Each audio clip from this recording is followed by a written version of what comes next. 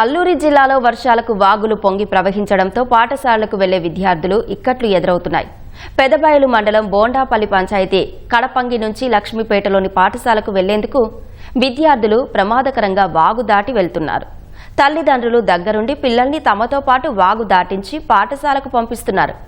ప్రతి వర్షకాలంలో తమ పిల్లలు ఇలాంటి ఇబ్బందులు ఎదుర్కొంటున్నారన్న తల్లిదండ్రులు సమస్యకు శాశ్వత పరిష్కారం చూపాలని ప్రభుత్వాన్ని కోరుతున్నారు.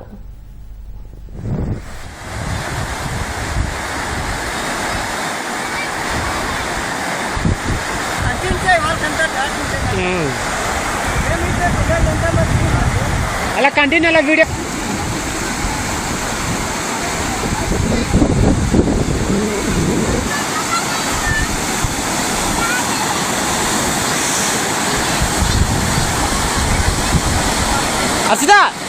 హర్షిత